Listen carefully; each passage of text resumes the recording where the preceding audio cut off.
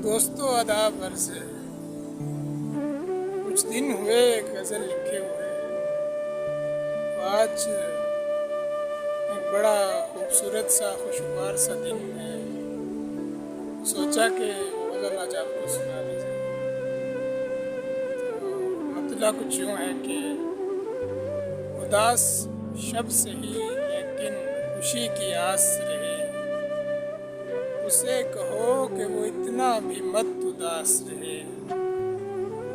तुम्हारे हिजर का मातम मैं किस तरह करता,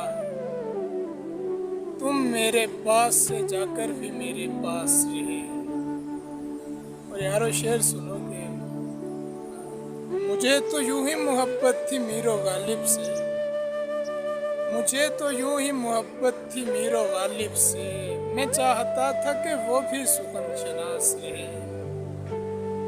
और तश्नगी ये मोहब्बत भी क्या अजब शय है कि पी चुके हूँ तो लगता है जैसे प्यास रहे।